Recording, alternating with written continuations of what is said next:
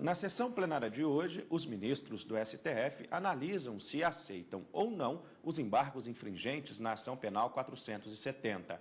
Na semana passada, foi encerrada a análise dos embargos de declaração.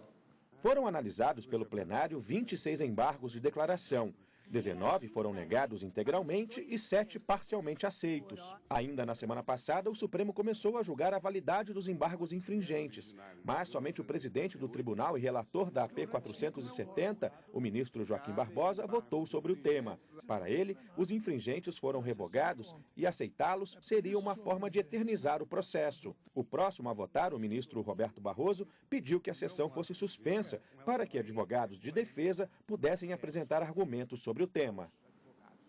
E para falar com a gente da sessão plenária de hoje, a gente recebe aqui no estúdio a consultora jurídica da TV Justiça, a doutora Gisele Reis. Doutora, boa tarde, obrigado pela participação. Para que servem esses embargos infringentes? Boa tarde, Fred. Boa tarde a todos que nos acompanham. É uma modalidade recursal que está prevista no Código de Processo Penal. Ela serve para permitir um novo julgamento daquelas pessoas que tiveram a ação penal julgada procedente, ou seja, elas foram condenadas, mas foram condenadas por maioria e não foi um julgamento por unanimidade. Um dos requisitos, no caso, é de que haja pelo menos 4 votos favoráveis à absolvição.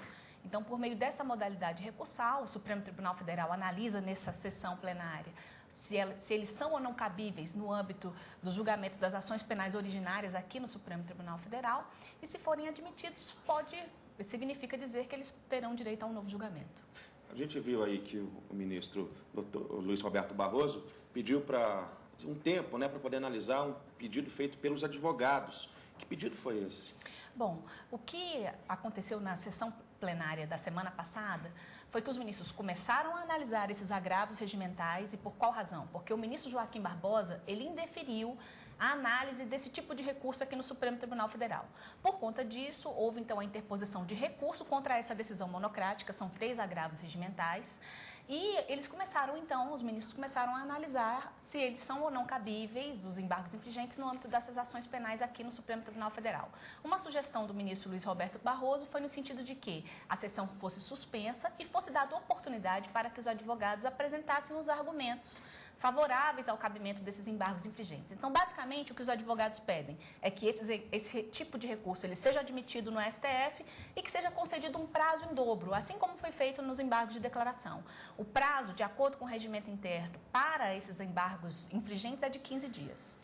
Embargos infringentes, isso já foi análise em outros recursos que chegaram aqui também no Supremo Tribunal Federal, doutor? Existem algumas súmulas, Fred, do Supremo Tribunal Federal que tratam dos embargos infringentes. Por exemplo, eles entendem, existe súmula do STF que diz que não cabe embargos infringentes nas decisões proferidas pelo STF em mandado de segurança.